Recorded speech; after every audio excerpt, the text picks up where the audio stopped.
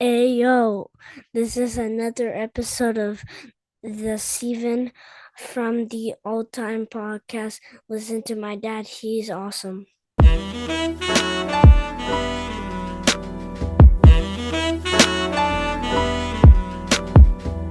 We needed to do one more episode before we ring in the new year. I am your host, the Ayatollah of Hip Hop, the whole damn show, and the Rated R podcaster. The last time in 2025, I am going to be saying this with the big cheese himself. And the last time he's going to be saying, The last time I'm going to be saying what? The greatest there is, the greatest there was, and the greatest there ever will be. I'll always be that. Just in 2026, I am also the messiah of podcasting. Coming out there to save everyone from the terrible podcasts. Don't worry, I will be your savior. Join the flock, my sheep. I will welcome you with open arms. I love it. Colt. Yeah, and there's somebody else in the room this evening. Of course. You know who it is, your favorite co-host, the Black Eric Bischoff, one half of the podcast tag team champions of the world, aka the V-Neck Lord, aka the leader and ruler of the podcast universe. It's always me, forever in your hearts. I might not always be there, but I'm always on time. It's me, Trap all time, baby. Say his name and he appears. All right. we can do an episode where we review Mickey Diamond and Big Ghost and not have Trap Diesel, the hardest working man in New Jersey or New The York. V-neck lord himself. And Trap, who doesn't answer my text messages and has literally fucking just left the face of the earth. I've been busy. When you have three girlfriends, it's hard to move around. I'm just playing. He's definitely Allegedly, not playing. They might be listening in, so he's got to be careful. Boys, it's wonderful to have you here on this Saturday evening while I'm missing AEW World's End. But we needed to get this episode out before the end of the year. And we also needed Trap, as I mentioned, doesn't answer any of my messages or doesn't do anything that I ask of him. So, Trap, we are going to shine the light on you so that you could give us your top 10 albums of 2025. Yeah, we're just going to run through it's going to be real quick, guys. You know, if you watched the last episodes, you already did that. So I wasn't available for that. So I'm going to give you my top 10 albums in hip hop that I thought were good and that I enjoyed thoroughly, that I found myself listening to and going back in 2025. And again, this is my list, so don't kill me for it. But again, there's a lot of good music, but these are the 10 that resonated with me. So starting at number 10, we got Lonely at the top, Joey Badass. I thought Joey Badass had a phenomenal year with the songs, the verses, the diss tracks he was doing back and forth, and then dropping the album that I thought was good. So he's number 10 for me. Number 9, I got Boldy James and Beats with Homage. Boldy James dropped like 9 albums this year. Like, you just can't get enough of Boldy James. If it was up to me, the whole list would be just Boldy James, but that would be unfair. Number 8, we got Uncomfortable Truth by Ransom and Conductor Williams. Another solid project by Ransom. I love Ransom a lot. Him and Conductor Williams, I thought, put together a good project, and I thought they worked well together. Number 7, we got Seeds in Babylon by Shay Noir and Superior. That was another good album that came out this year that I thought was wonderful. Shout out to Shay Noir and Superior. Number 6, we got 2 Chainz and Larry June and The Alchemist. Okay. Life is Good. Really, really good album. Even though I'm not really a big fan of Larry June like that with his raps, but I thought 2 Chainz was really good over those Alchemist beats. And yeah, it was really good album for me. Number 5, we got Rome Streets and Conductor Train Spotting. Again, Rome Streets been the number 1 spit in NYC for me for a while now. I think he should get more credit than he deserves, but again, him over the Conductor beats I thought was really good. So that was another good album. So that's coming in at number 5 for me. Number 4, we got Boldy James and I'm sorry. Bodie James, Token of Appreciation, and Chuck Strangers. Again, another Bodie James project. I like Bodie James a lot, as you can see. But I just thought that was another good project he put out this year. So that's number four. Number three, we got Let God Sort Them Out by the Clips. What a fantastic run the Clips have been on this year. A fantastic album. That's one of the albums that I've been having on repeat all year. Can't get enough of that album. Number two, Dirt Wave Volume 3 by Pro Dillinger and Future Wave.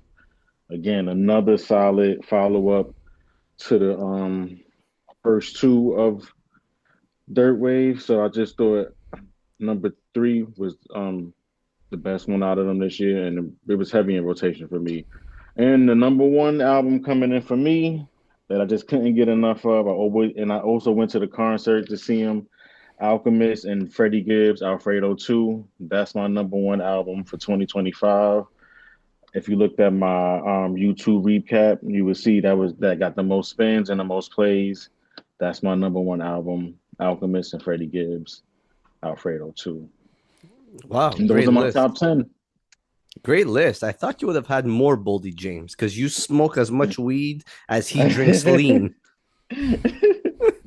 No, I just had two on there. Two on there. Just two. Those are my favorite two that I had on it. But yeah, that's my list for the top 10 2025 albums. That's Trap's list.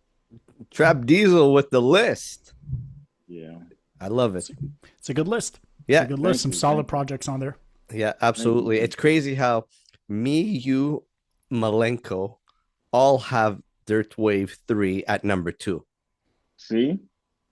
Mm. Incredible record. It Incredible is record. incredible record, bro. I'm telling you. It's an incredible record, man. I can't get enough of it. Absolutely. Absolutely. Trap, thanks for the list. Of course. Let's get into the reason that we're here this evening. Mhm. Before we get into the reviews, the two main reviews that we're going to be doing, 3 artists put out records in the last couple of weeks. 3 artists that we've all reviewed on here. One artist that it was very highly anticipated record, and that's Conway the Machine. You Can't Kill God with Bullets. Now we're not going to review it because I just have negative things to say about it, and I just have negative things to say about it. I don't have What's so any. negative about it? You didn't like. Wait, hold on. What did you like about it? First of all, Let's talk about it for a minute. my 2 cents is an hour and 1 minute with 18 songs. To me, is just too much. I get he has to put out a project in a year. Right. I just look, if it was gonna be that good, that consistent, and having really standout tracks, especially off the fact that he said that he was going back to the grimy Reject 2 type of beats, type of sound, and he came out with this, it just didn't stick with me. It's literally 18 songs, and to me, just feel like fillers. Now, there is a couple of tracks here that I really enjoy. BMG, Diamonds featuring Rock Marciano. I don't mind the Hell Let Loose featuring DJ Woo Kid and Tony Yayo. You didn't like the 17.5 production? You didn't like the Justice League productions? Come on. I thought the beats were good. I just felt it felt really short, fell really short, sorry. And there was just nothing just interesting. Okay. And I get that he's in a different light right now and he's not in the same, type of space that he was when he was coming out with those records. But don't tell me you're going to give me a certain sound, okay? And not give me that sound. Deliver, yeah. You know what I mean? Delivery is everything from a guy who I really thoroughly love to death and have really own all his project and find a lot of his stuff. 90% of Conway's stuff is excellent. Literally excellent. I just find the last couple of things that he put out really lackluster and just it falls short. Except Slant Face Killer, because that's what he came out with last year, and I love that project. Trap? Okay, I hear you. No, I thought it was a good project. I thought it was a good Conway project after I listened to it for the second and third time. I thought the beats were solid. I thought the raps were solid, as always, as Conway as he's always has been. I thought the beats were good. I don't find nothing wrong with the project. I thought it was a what you would expect to get from a Conway project. Me personally, You like the beats? yeah, you didn't like the. I thought the production was good. I like the beats. Yeah, Nah, I look, maybe I nah, you just expected wasn't too feeling it. much from it. Maybe when I Nah, you looked at gotta the listen to it again. Go listen to it again. I listened to it like 4 or 5 times, and it You sure? literally takes up half of my day because I'm always Because that's pausing it, how. going to do something else, like an hour. Cause that's how people felt about the Nas and Premiere album, and I Oof. thought that was good. I listened to that twice, and I'm probably never gonna listen to it You again. see, that's what I'm Nas saying. and DJ Premier put out a nostalgic project that Yeah. didn't feel or sound nostalgic. They fell so short from the nostalgic feel that they were trying to give us that it just felt just fucking overly Mm, done. mm. I want to hear what Derek has to say about the Conway. For me, it was so. I'll start out by giving it like the highlights that I think was really good. I think the rollout for this album was really good. I think the marketing behind it, it was all over my YouTube. It was well marketed, released all the songs in sequence. I think that was really interesting. Um, I think the quality of the sound of the album is really good. I do need to say that. I think the mixing on it was really, really good. It didn't sound too busy or too muted. Everything had its place.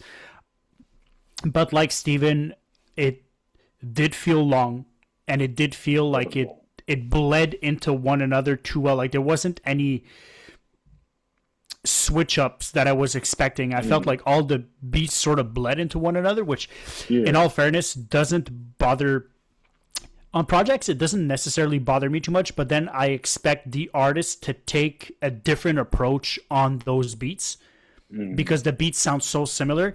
And the whole project, I think the best way to put it, the project felt very monotone. It felt very flat. There was no highlights in the production, and there was no mm, highlights in the rapping. Does that mean that it was bad and it wasn't good? No, mm, it was just flat. And I guess I would have preferred a shorter project with more highlights than right. a longer project with sort of like following a linear track. Okay.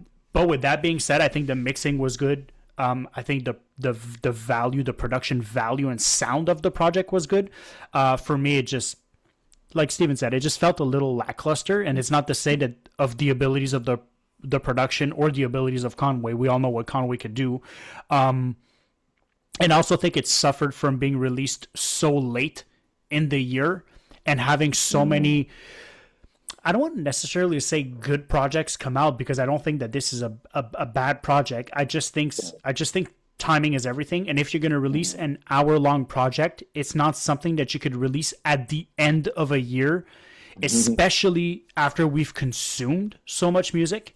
And also because there's been so many projects that have come out that have been well short of that hour mark. Everything is around 35, 37, 42-ish minutes, and this project coming out so late in the year and being a full 20 minutes longer than all the projects that came before it, it really stood out. If we had a year where albums were an hour long, we probably wouldn't be making that comment, but because albums this year went from 30, 42 minutes to 27 minutes and all of a sudden we have an hour long project, it did feel long at times. So I think for that reason, I think that played against it, but I also think predominantly, I think it suffers from just being released so late, to be perfectly honest. Agree. Couldn't agree I with you mean, more. I like that assessment. Let's move forward to the two reviews of the evening while Derek sips on some. Cognac. Yeah, you doing that cognac? Whiskey. Whiskey. I'm a What whiskey guy, kind? yeah. Yeah, as I'm drinking Is gin. that Johnny Walker? It is not. It's actually a Quebec made whiskey that we have here. Okay. Okay. Um, yeah, since this whole political landscape has changed a little bit, Canada has become a lot more stringent in terms of the Oh, imports of alcohol. So we're okay. getting a lot more Canadian product, which is making me discover products. So Okay. not That's complaining good. too much about it. I Which complain. which Derek is trying to say, That's fuck good. you, trap. You live in the United States of America, and I want No. none of your alcohol. No, that's not what I'm saying. But at least he's.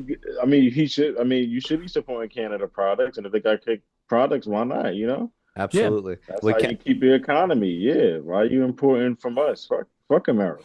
Fuck that. and I'm trying to get trapped in Canada in 2026. That's Oh one of yeah, my definitely. main goals on my list for 2026. I When it just want gets warm, I can't do the cold right now. yeah, It's yeah, it's cold. colder than a motherfucker. This Yeah, morning it was it's like cool as minus fuck. 20. Which I'm Damn, not sure what it is in Fahrenheit. I'll get back to you on terms of what that yeah, is in your language. yeah. Please, because right now it's only 20 degrees up here, What? Fahrenheit. So 20 it's negative degrees 4 Fahrenheit. Fahrenheit. Oh wow, nah, it's negative. It's 20 degrees over here. 20 degrees. That's warm. That's Yeah. shorts weather for us. Wow. So shout out to all the artists that put out records after December 15th, which is my cutoff date for releasing albums and making my top lists of the year. But Hmm. you know what? Two artists, you know what? I'm going to say four artists put out a project that we need to review and we need to sit back and just intake the music. Two very important artists on the rapper side and two very important artists on the producer side.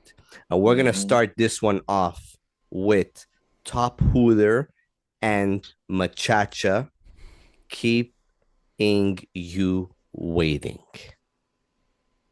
Or Keep You Waiting. Keep you My waiting. bad. Yep. Keep You Waiting. I'm terrible at pronouncing stuff. Top Hooter and Machacha, Keep You Waiting. Top Hooter this year. Let's start off with Top Hooter before we get into Machacha. Top Hooter this year has put out three phenomenal bodies of work. Hmm. First one, Hooter Hyena with Michelangelo. The second, Handing Out Samples. And now the third one, Keep You Waiting with Machacha. And Machacha being the producer of the year, who's put out 655 produced albums this year, was able to construct a body of work with Top Hooter for the end of the year. And I'm gonna be honest with you guys. I didn't want to review this because I didn't have the energy because of so much music that we received this year. But I just need to sit here, use my microphone to be able to give so much props to Top Hooter and the fantastic job that he's done this year in terms of giving us quality albums. Hooter Hyena was a great project. It made my top 20 albums of the year, produced by Yeah. Michelangelo. Handing Out I don't know how you Samples, did 20. handing out How you did. samples was a great piece of work. Also, it was more of like a part two to Hooter Hyena, and now we get this with Machacha, which threw me off, like literally. Like I had no idea this was coming out. I didn't expect it to come out, and it's like a big jab, left, right, hook, whatever you want to call it, to your face. And this was a really interesting project for me, something I keep going back to since it came out. I'm able to sit with it. I'm able to play it in different atmospheres. And I love the soundscape that Machacha gave him. And Top Hooter has street knowledge turned into street poetry. He has really great flows on here. The tonality in his voice, that grimy, gritty sound to him that makes it fit so well with the Machacha heavy drum street beats like we are in 1999 murder music Mob Deep. Ooh. Yeah, I didn't listen to it yet, so I gotta listen to it. Yo, I'm telling you, Trop, if you would listen to this record, Because I seen it pop up on the new releases, but I just didn't listen to it yet. well, you've seen it because Kip There's the so much Fog stuff. did the painting for it with O.J. Simpson stabbing a brick of Yeah. coke. Yeah. That cover is That that's a cover is wild sick. cover. Just OJ Simpson with the glove, just on a Kia Coke. It's a good wild. look. It's a good look. They made T-shirts from it. There's a T-shirt being sold with that on it, and I just find it amazing. Kip the Fog, You by gonna the get way, the is T-shirt? sorry. You gonna get the T-shirt? I might get the T-shirt. Depends what it's printed on. If Steven's it's gonna get it tattooed on his back. that's a perfect back piece tattoo. But getting back into it, if you're looking at the album cover, immediately you want to press play. Mhm. Immediately. Maybe I like Derek's face on that. I don't know because the album cover might make you seem like, wait a second. I don't know if it immediately want to make you press play now. Look, I'll tell you both this way. Derek doesn't have Instagram or social media. You do, Trap, but there's an Yeah. alternate cover to it made by 360 Bags, and the album cover is actually RVD from the ECW days, holding up both belts. I think he's Oh, holding up both the belts. ECW Championship and the Television Championship, if I'm not Okay. mistaken. Don't quote me. And I'm telling you that alternate cover literally made me message Top Hooter because that fucking RVD is top 5 for me all time. I could sit here and Oh, it argue with is. any person. I'm a huge RVD fan. Don't let me bust out the RVD toys that I have on the right side of me. Top five? Top 5 RVD for me. And All just, time? Okay. it's very impactful. But, anyways, I want to get back into this record. And Yeah. Top is sharp and has grown from his first release this year. To me, it's just a different method to his madness. I find he's able to flow on these beats better than he's ever had. And I mentioned like Machacha gave him a soundscape on here. He has a creative flow on here. He's creative on the songs like H2H and Loved Ones, where we get the different emotional aspect of his life versus the Hmm. street poetry that he portrays on the other songs on here. And we get that life balance of what he's been through. And on H2H, he changes his voice tone. You get more of a melodic Top Hooter, and I think that's one of my highlights on this record is just the melodic Top Hooter, which I love. And then you get into Missed Calls. It has such an incredible beat on there, and he flows so perfectly on it. And the record itself is just how impactful Top Hooter sounds. I find he sounds way more comfortable in the pocket rapping on here. You know what Oh, I yeah. mean? Versus Hooter Hyena or handing out samples. He's more comfortable being alone than being with Feed the Family, Sheikh Hanif, Dundee, and Bori Rock. And Dundee makes an incredible feature on here. And Dundee's Cortina was in my top 20 albums of the year. 20. Yeah, the fact that you had 20 albums, that's amazing. I was like, shit. Well, so many great artists put out so many great I know projects. they did. So Hard for me to make 10, so. it's crazy. And before I pass the word on to Derek, Machacha's beats on here. I'm going to repeat myself. Machacha is so well, like he could do anything. He literally can do anything, and he tapped into Top Hooter's world. I say this every artist he works with. Top Hooter's street knowledge, street poetry, like Mob Deep. Like Machacha was able to tap into it. Heavier drums, harmonic loops that sound dark and gritty with violin strings. Mhm. He was able. Machacha is able to paint the picture for you of what you're gonna get from Top Hooter before Top Hooter is able to rap on here. And it's just so great and so consistent. Derek.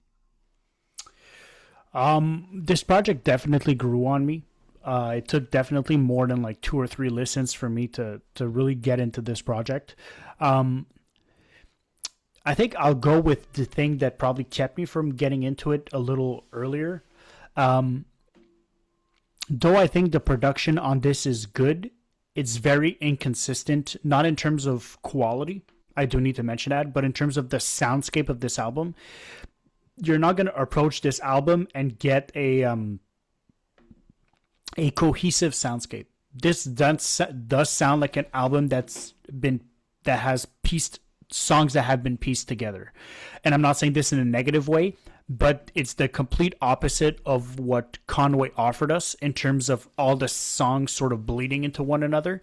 This definitely had some songs that had a certain sound, and then the track right after had a completely different one, and the third one had a completely different one after that. There was no real cohesiveness to the project or theme to the project, other than Top Hooter being that one cohesive sort of linear flow to it. I think Top Hooter did a really good job. I do have to shout him out in terms of being, and I'm going to make this comment very obvious because it's going to lead into our next album, but I do appreciate Top Hooter being very clear in the way that he raps.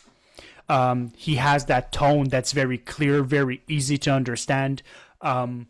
You don't sort of have to squint and you have to pay attention to what he's saying, but you're not squinting trying to hear what he's saying. It's very nice. The mixing of this project is really good as well.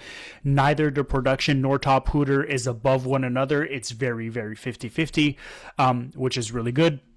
In terms of the standout tracks, I do appreciate the length of this album, by the way. 22 minutes, 10 songs, really good. In terms of the standout tracks on this for me, I do think H2H is a standout track. I do think Love Me is a standout track. And I do think Missed Calls is a standout track as well. Sorry, the new cat is used to this new podcasting thing.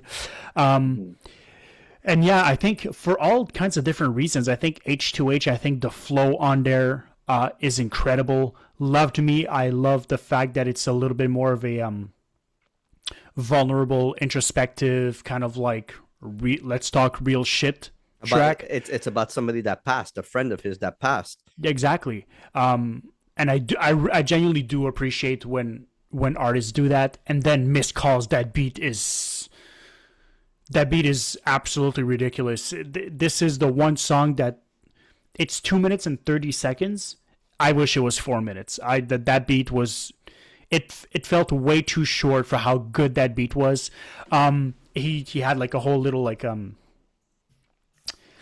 guess you could call it a skit, a little situation, storytelling kind of thing. I think he's a great storyteller in the way that he writes his stuff. I think that's really good. This project does give you that. It gives you some of the big boy slick talk, but it also gives you a lot of the storytelling aspect that he's really good at.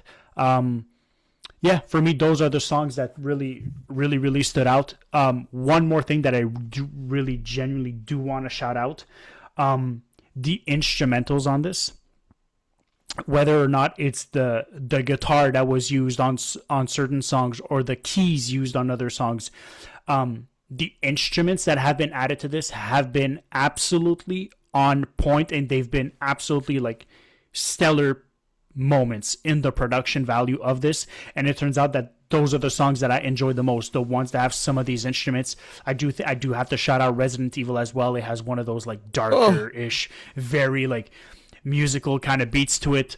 And yeah, I don't think this is a bad project. I don't think this is a fantastic project, but it is a very enjoyable project, especially, like I said, it's 10 songs, 22 minutes. If you have a 20-ish, 30-minute drive, you put this on, you'll be perfectly satisfied with it. There's nothing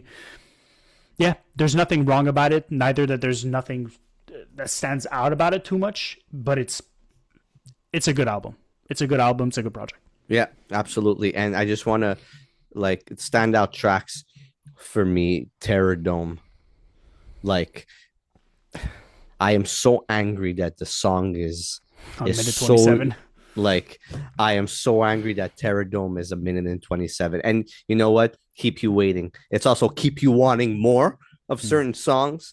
And the instrumental on Terror Dome and the drums on Terror Dome and the bass on Terror Dome literally it's like opening up the stage for Top Hooter just to come in as strong as he can and as impactful as he can. And like I mentioned before, Top Hooter sounds impactful on here. Resident Evil, Missed Calls, you said, While It Lasted with Dun Dealey, Spin Towers with Beneficial Lord. I like Beneficial Lord's approach to the song. And it's two guys with two very deep toned voices. They kind of separated themselves sounding differently on here. And look, Machacha's use of drums and bass on here, man, when I say it kind of has that murder music style of Mobb Deep 98, 99. I'm not gonna steer away from that. I thoroughly enjoyed this project. It's something that I'm gonna go back to, and you know what? It's gonna kick off 2026 for me in the right way. Great job to both of them, and great job like to end the year off with a project like this. Derek, on 10, quick. 7. I'm Enjoyable project. Once again, it suffers from being at the end of the year, but I do think it's a good project. I do think everything on there is top notch. So yep. I'm gonna go with an 8 on 10 for this one. 8 on 10. And if you put out the RVD CD on this, I gotta get my hands on it. And if you make an RVD T-shirt, just message me. Make sure you put it on some good quality T-shirts. But and also, real quick before we move on, just super quick, Machacha. If you give us a 2026, like you gave us a 2025, I think we're gonna have to retire your jersey. I think if you put out quality music like you put out this year, it's been insane. The run that you've been on this year with the projects you've been putting out is among some of the best production in a full calendar year that I think I've ever heard. He has not put out a single bad project. He's been on an absolute tear. I don't know how he does it. This man, his work ethic, his dedication to his craft is,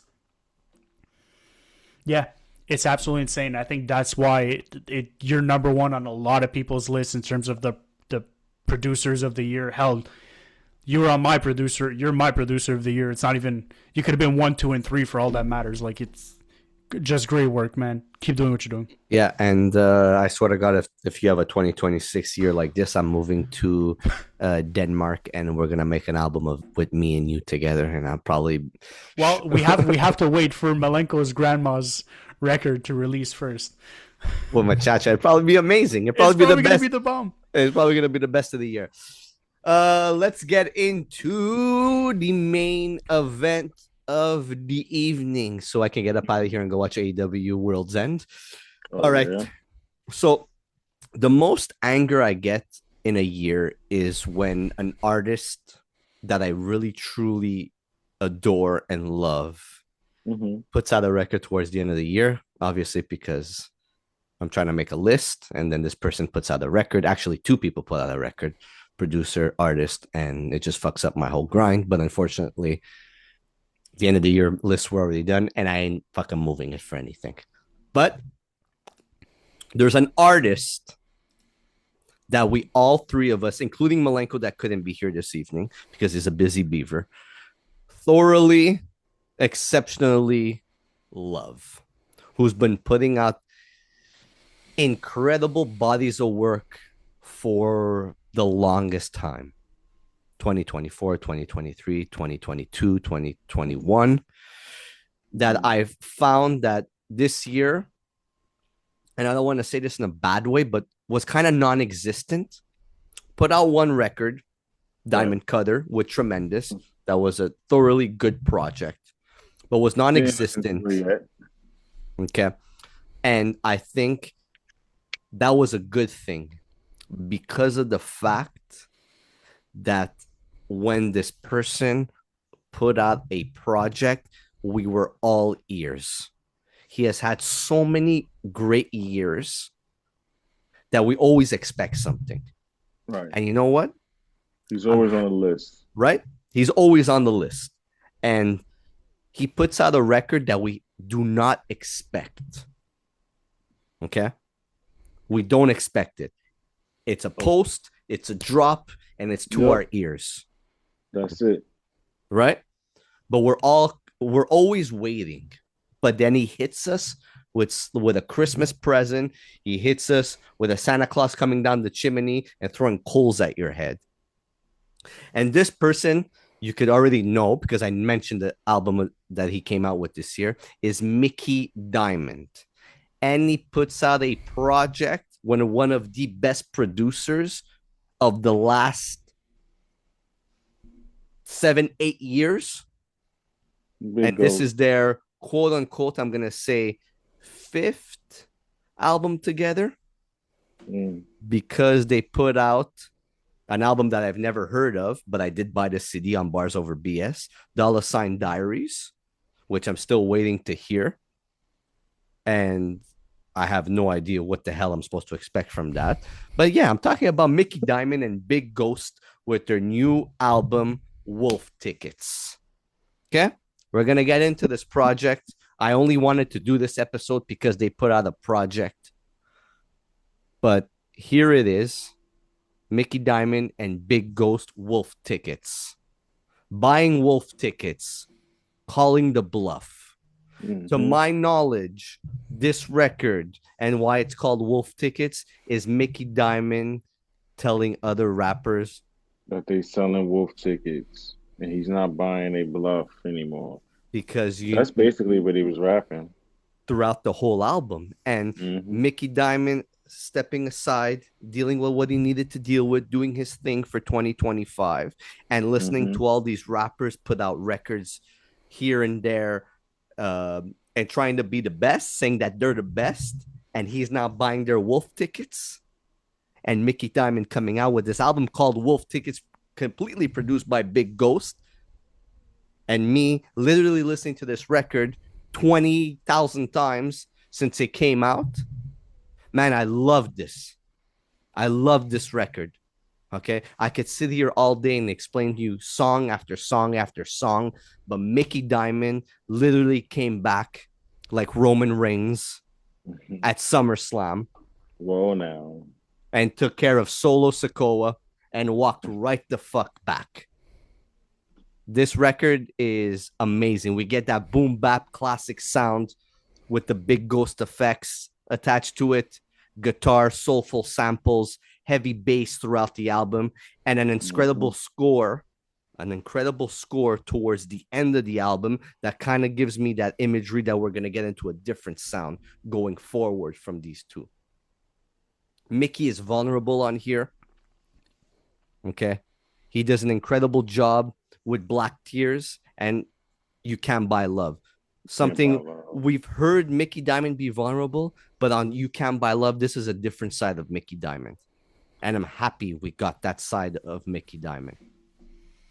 But dude, the impact he brings and the hard-hitting effect that he gives us on here, it's like he's back with a vengeance. Okay. And it's okay to take the year off and come back and give us this project because he really did an excellent job on here. Starting with Peter and Paul, High Stakes. You know, we get such a presence from both of them. Like, they're like, you guys really want to make your stupid lists? Well, you forgot about me and him. Songs on here like Wolfenstein, No Jumper. No Jumper. Crazy. And it's literally Mickey Diamond showing his effect of what he could do on any type of beat. Any type of beat. And he sounds as fresh as he's ever sounded. I haven't listened to the previous project that came out a week before because it's nowhere on streaming. But as soon as this happens and this gets put out, I'm going to really invest in that project. But this right now, man, is something that's in my rotation daily. I love hearing him like this. He has an aura to the tone of his voice on here. And he gets more in depth with the way he structures his songs on here with Big Ghost. Yeah, with the bar. You like on here too. Right? Like he sounds hungrier than he's ever sounded. And that's because he's been listening to these rappers all year and he ain't buying their Wolf Tickets. I want to just highlight the end of the album real quick. Anywhere starting from What the Fuck into Missed Calls. 8, 9, 10, 11, 12 are the best songs on the record to me. I saw Derek's eyes. I can't wait to hear what Derek has to say about this record. The 8, 9, 10, 11, 12 to me are amazing. Michael Knight is going to go down as one of my favorite Big Ghost tracks and one of my favorite Mickey Diamond tracks ever. Michael Knight? Love that record. It literally gives me like a 70s, 80s Knight Rider, Mad Max like mixture of worlds and maybe a bit of Tron on there. I love Hmm. that sound. It's kind of like a Fantastic Damage, a chaos type of sound to it. And if you notice, Big Ghost on this whole album always has beat intros to his actual beat that Mickey Diamond's gonna rap on. I love it. I don't know what else to say on here. And Mickey Diamond just shines as a rapper on here. Um, Derek, thoughts? This was, in all fairness, this was a tougher project for me. Once again, has absolutely nothing to do with Big Ghost's production, and it has nothing to do with the ability that Mickey Diamond has lyrically and as a rapper. But I will say that Mickey Diamond's voice is unique in the sense that it's very deep, but it's also very monotone. The way he raps, not a lot of inflections, very monotone, very straight through and through. And for me, after a while of having a lack of inflection, it genuinely gets me out of a project. It might be my ADHD and always needing like that's something to keep me like awake to a project. But Mickey Diamond's tone of voice, especially on a project like this where it's 12 songs, 44 minutes, and the songs are 4 minutes, 3 minutes, 4 minutes, and then towards the end of the album, the songs get a little bit shorter. For me, I think I was out of it by song number 8, which was WTF, what the fuck, I don't know, whatever you want to call it. And I do think the sound does start to shift as of the halfway mark of the album, and I re-listened to it looking for that specific cue. And for me, I think in the beginning of the album, I think the production is loud, but I think Mickey is still quite loud as well in terms of his pronunciation and his overall like flow and raps. And then for me personally, whenever I start getting to the bottom half of the album from Missed Calls on, the production sounds so much louder than he is that I can barely make out what he's saying. It sounds almost like a whisper, like a monotone, deep whisper, and I genuinely have trouble hearing what he's saying. It's much better with a pair of headphones. I will say that. With a good pair of headphones plugged in, it's much better. But if you're listening to this project on a speaker or in the car, it is a difficult listen from an understanding perspective and a genuine hearing the diction and what he's saying, because in combination with the loud production and the overall loudness of the album, combined with his monotone kind of like very deep voice, but he doesn't also have like a how can I say, like a booming, like powerful voice. It's powerful in a different way, but it's not powerful in the sense of the projection of his voice. It felt very laid back. And I think if you're listening to this on a speaker or in the car, it is a challenge. It is a loud album to listen to overall. And for that, for me, which I consume most of my music in the car, I don't always have my headphones on. The album's got to sound good, whether or not I'm wearing these or I'm in the car. And I think for me, the project suffers from that overall loudness, which it might be a mixing thing. It might just be in the medium through which I'm listening. But I do have to mention that the speaker that I have at work is a high resolution, high fidelity speaker. I tried my best. But yeah, I think for me, it's more enjoyable in headphones than it is on a speaker, but it's not that much more enjoyable for it to warrant a completely different outlook and different take for me personally. I didn't pick that up. When I listen to it again, I'm gonna see that out because I listened to it on the speaker and in headphones, so I can't really tell the difference. But overall, I thought it was a good project again. Big Ghost and Mickey Diamond. They don't seem to miss especially with the Gucci Ghost series, Gucci Ghost 1, Gucci Ghost 2, Gucci Ghost 3. Gucci again, like you could go on and go on, and you already know what you're gonna get from Mickey Diamond and Big Ghost. So it wasn't really nothing surprisingly different that I expected from them, but I did like the production on this one a lot. I really enjoyed Mickey Diamond raps and storytelling on this one a lot more. Um, yeah. Again, another amazing body of work from Mickey Diamond. Like, is what you expect. I like the fact that it was 12 songs, only 44 minutes, quick, straight to the point. Um, and no complaints here for me. Another good, solid project from Mickey Diamond and Big Ghost. What did you guys think of songs like Black Tears? I Like, mean, like we it's it's heard we it's heard Mickey different. Diamond get vulnerable before, but like you said, this might have been his most vulnerable record. Yeah, You I find know, it's his most vulnerable record. Even You Can Buy Love, just talking about a right? relationship and kind of getting a different bag from Mickey Diamond. And Hmm. you know what? Those two tracks, as much as I love them now, when I Hmm. first heard them, kind of felt left field for me that I needed to go back to the record and be like, yo, Mickey Diamond is really showcasing something different here for us. Hmm. Hmm. You know what I mean? And Yeah.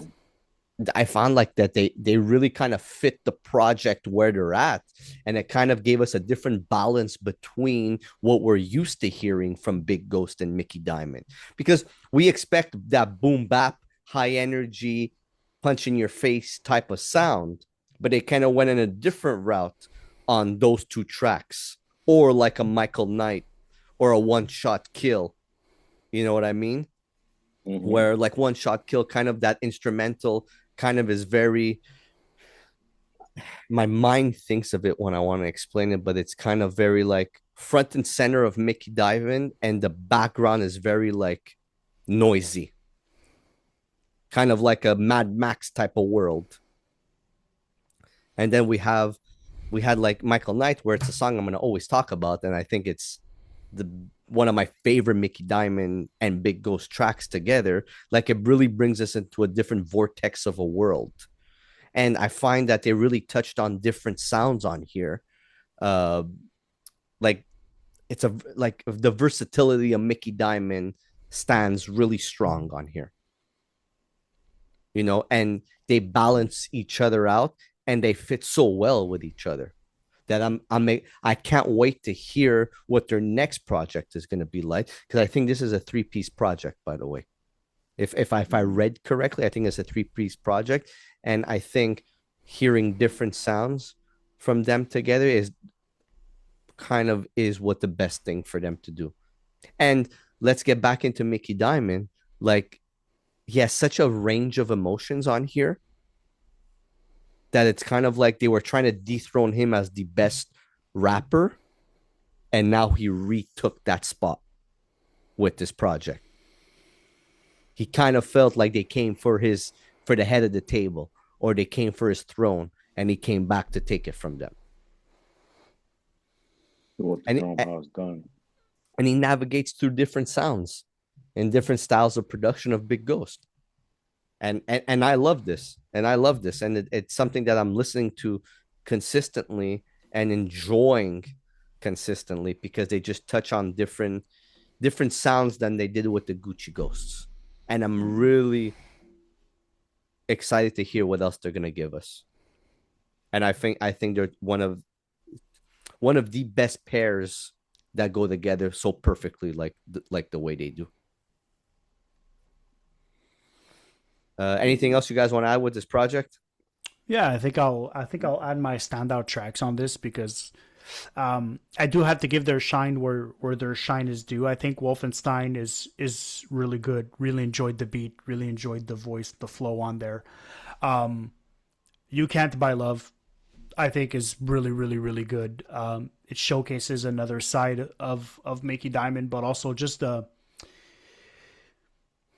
I really appreciate when rappers do this. It's the ability to deliver more sensitive and introspective aspects of their life, but still doing it in a rapper way of being clever with the wordplay, the rhyming on it, the flow on it. I think that genuinely takes a special ability that only they know how to do, because if you look at other types of music out there, whether or not it's pop or it's metal or it's rock, anytime it's a softer song, the beat is automatically softer to a point where like it kind of feels out of place in a record. But rappers have that ability to be vulnerable and talk about serious, more introspective things, but also not shying away from the sound of hip hop. You know, like, yes, the subject matter is more sensitive, and yes, it stands out because we're listening to what he's saying. But if you were to just listen to the beat and the flow, it doesn't sound like a ballad. It doesn't give you that ballad, that sensitive sound. It's still hard hitting and aggressive, though, and honest in the way that rap and hip hop is. It's just the subject matter is more sensitive, and I genuinely appreciate when rappers do that. And I think he's one of the best at that, because that track is fantastic. And then he follows it up with W2F, which is my other favorite song on this. What the fuck? I think that's great. The flow on this, the subject matter, the bars on this, he really came like. I think, and I know Malengo's a big fan of this track too. The group I chat. think he fell into a pocket on this track that was just so interesting, and that's what I really want to hear from Mickey Diamond. Like what he did on WTF, that hunger, that cleverness, that came barred up. I genuinely really enjoyed that, and that's also one of the tracks that I could genuinely hear what he was saying, and like I could catch all the bars. I didn't have to like focus and be like, oh, what did he say there? Exactly. And I genuinely enjoy that, especially coming off a track like You Can't Buy Love. I think for that was really good. Also, I just want to shout out that we got 2 albums. The 2 albums we're reviewing both have tracks called Missed Calls at about the same placement on the albums, which I find quite ironic. Fuck, and I didn't even notice that. Yeah, and I do want to also shout out Big Ghost. The wolf sound that he used, which is that generic kind of like wolf sound that we hear, is so well placed in the tracks that like that was genuinely like a shout out to me. That helped build the mood of this album. That sort of like generic kind of wolf sound that he put in there is really good, especially because you know what you're gonna get whenever you have a Big Ghost Mickey Diamond. You're gonna get a lot of those recycled sounds, the Dallas, the Diamond Dallas, that sort of like kind of like the gangster sound, the gunshot sound. You do get those quite a bit through this album as well. So to get that sort of wolf howl in there help break that up a little bit and help make those things seem less jarring to me. I'm not a fan of repetition. I've said this about Machacha before, the whole Machacha signature or the conductor signature on his produced tracks. Like I think Carl said this as well whenever he did the mid-year review, of having that repetitive sort of signature to it can bring me out of it, but that wolf helped bring everything back and help keep me entertained. So I do appreciate that. I want to add to what you're saying about Big Ghost and his placement. I mentioned before when I was talking about his production on here with like, he has an intro to his beat.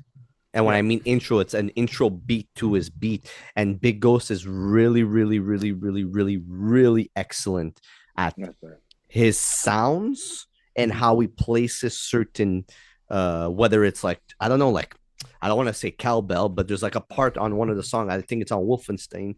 There's like a bell sound, like a cowbell type sound, and it fits so perfectly after like Mickey Diamond finishes his bar. And Big Ghost is so well calculated when it comes to that. And to me, that's why songs like What the Fuck and Missed Calls and songs like Night Rider, sorry, fucking idiot that I am, Michael Knight. Michael Knight. Speaking of that, after I listened to that record, I did go on and watch Knight Rider. Like, you know, One Shot Kill. That's why those sounds, and that's why the production sounds so crisp and well placed and well put together, because Big Ghost has that type of ear for it. And look, just to finish it off, like, look, this is their 7th project. Before I said 5, because I completely forgot about Gucci Gambinos, and I forgot that there was a 4th part to Gucci Ghost. This Wolf Tickets to me is better than Gucci Gambinos. Oh yeah, it is. For sure. And I just don't like, I haven't heard the other project this year, and I'm hoping one day I could hear it, or I'll just listen to it when the CD comes in the mail. But I love what these guys do together. It's always going to be something exciting to hear, and such a big staple in this underground that we love, and just in hip hop, because the people that aren't listening to Mickey Diamond and Big Ghost are fucking deaf and stupid. And I also have to say, like, I see reviews. I do look at people's reviews, and I try and see like what they score it and stuff like that. And then sometimes I look at it and I'm just like, you don't appreciate a certain sound or a certain artist or a certain, quality. And I don't understand the reasoning behind it if you complain about us not getting a certain sound or a certain product, because these guys are the product that we want to hear, whether it's Mickey Diamond and his voice or Big Ghost and his incredible production that could literally make me sound amazing as a rapper or as an artist. So props to them on this, and I'm always here for it. Trap on 10. Let's go. I'm giving it an 8. I'm giving it Lovely. an 8. Like I said, another solid project from Mickey Diamond and Big Ghost. Like I said, you always know what to expect from them, but on this project, I feel like it was very well put together. Again, the raps are dope. The production was amazing. The boom bap. Um, every time it's like Big Ghost production and Mickey Diamond voice just pair very well with each other. But also Mickey Diamond has the ability to rap over any style of beats, trap beats, sample souls, whatever you throw at Mickey Diamond, he's able to rap over it. So overall 8 out of 10 for me. Wonderful. Derek? This was one of the more difficult projects that I had to listen to for Mickey Diamond. Hmm. And I need to say I'm gonna keep revisiting this because maybe I missed something. Maybe I wasn't in the right headspace. Maybe the medium I was listening to wasn't the greatest. Um, but with that being said, I think this is gonna be a 7 on 10 for me. Um, Okay. All right. it's not a bad project. It's just from a sound perspective, I just wasn't able to stay in it long enough to truly enjoy this. Though I do think that the standouts on this are really good. I'm gonna have to keep getting back to this, and hopefully, as with most Mickey Diamond projects, as a newcomer to hip hop, I do have to say I never fell in love with a Mickey Diamond project from the get go, Mm-hmm. Yeah. because the Big Ghost and Mickey Diamond, it's so hip hop and so for the purist and the hip hop purists, and less for the it's less inviting for the newcomers in Mm-hmm. terms of just the not the subject matter, but just the overall production value. It's very Yeah. hip hop, and as someone who doesn't come from that world, it does take a while for me to sort of get into that specific heavy authentic kind of sound. And normally his projects do grow on me the more I listen to them. Pause. So for that, I'll have to keep revisiting, and if I do have to change the score, I'll change the score next year on the mid-year review. Mhm. No, it's not a bad take though, because that's how I felt about Gucci Gambino's, the last one. Like I did not like Gucci Gambino's. I just thought it was like a flat project. And so yeah, projects they do happen sometimes. All right, I'm gonna Steven. go and give my score. It's a 9 on 10 for me. It's Nice. it's a 9 on 10 for me, and I don't want to be that guy, that biased guy. I don't think I am biased, because I think, No, you're like, not. to Trap's point, Gucci and Gambinos is my least favorite of all their projects. But Wolf Ticket was it's It was like a comeback. a refreshing project for me to get me back to what I love. If that makes sense, it's like Hmm. we've had so many great years of Mickey Diamond dropping numerous amounts of project that you're like, oh, like, fuck, I loved it. Like Smoke Face. Like, I remember listening to Smoke Face for the first time and just completely loving it. Hmm. Bulletproof Bathrobes with Machacha, when Hmm. he came out with that, to me, that's might be number one or number two of all his projects. But like hearing Wolf Tickets to me was kind of like in the same style of those projects. And I remember the first time I heard Mickey Diamond, I felt the same way the first time hearing Mickey Diamond, like the first time hearing Wolf Tickets. Okay. And getting and continuously listen to it. It felt like I discovered a new artist. Okay. You know what I mean? And maybe Nice. because I we've like had that. numerous amounts of months not hearing a Mickey Diamond project, which is fine That too. because we don't need 1,000 albums from an artist because it I becomes know, as right? impactful as Wolf Tickets became for me, and so refreshing. So and yeah, man, and I go back to it like daily, like I'm listening to it daily. It's Yeah. fucking daily for me, and I genuinely love this project. Genuinely love this project, and I'm gonna say this again, as a broken record as I am, the end of the fucking record, man. Some of the best shit they've both done together, for sure.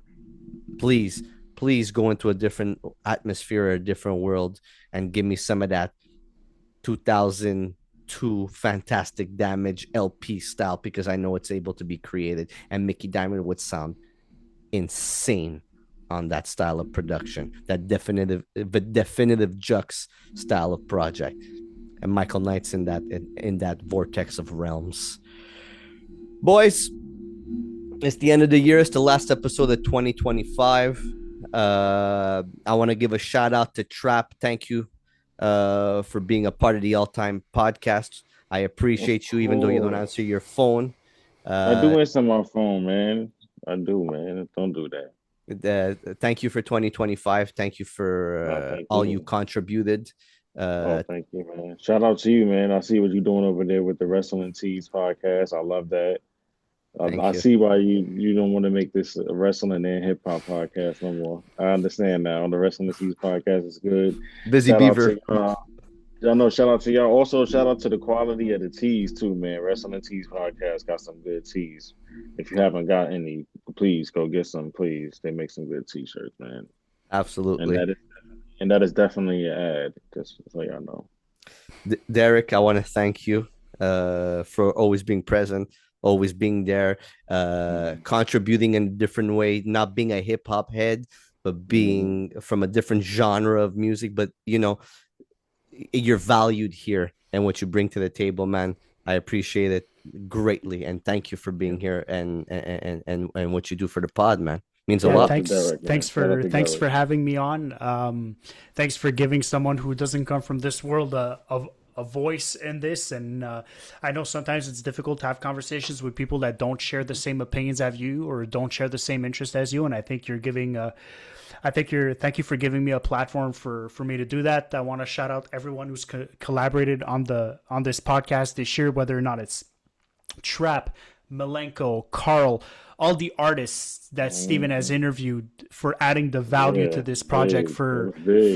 for showing us that you appreciate our work, from Steven going to EVA and all the artists shouting us out there.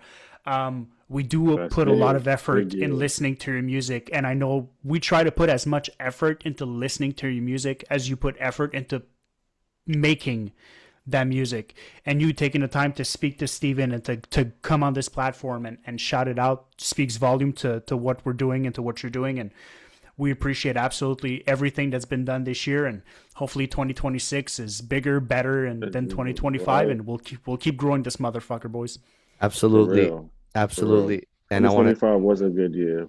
great year, and we couldn't have done it with the person I'm going to thank next, and that's Malenko, who is not here this evening. Mm. Malenko, Right. thank you for all you do. Thank you for all the editing you do, all the thumbnails you do, everything you do for the All Time Podcast. Because without Malenko, it'd just be a stale product and me just fighting, not knowing what to do, and basically paying a bunch of fucking dudes to do all this shit for me because I'm fucking incompetent and don't know what I'm doing. So Malenko, you're a big piece of the puzzle, and if you remove Malenko Hmm. from the piece of the puzzle, this podcast would absolutely not be where it is today. It's So nothing without Malenko, Malenko. Hmm. Malenko, thank you. You probably won't listen to that piece while you're editing and completely skip through it and ignore it, but we do Right. appreciate you and we do love you. So thank you Don't for all you worry, I'll do. edit it and make him see it.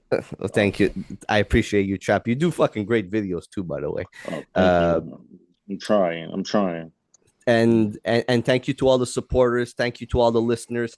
Thank you to all the guests Thank you for all the people that invested in the All Time Podcast. Thank you to the Abyss Podcast for always supporting and always being here when we need you.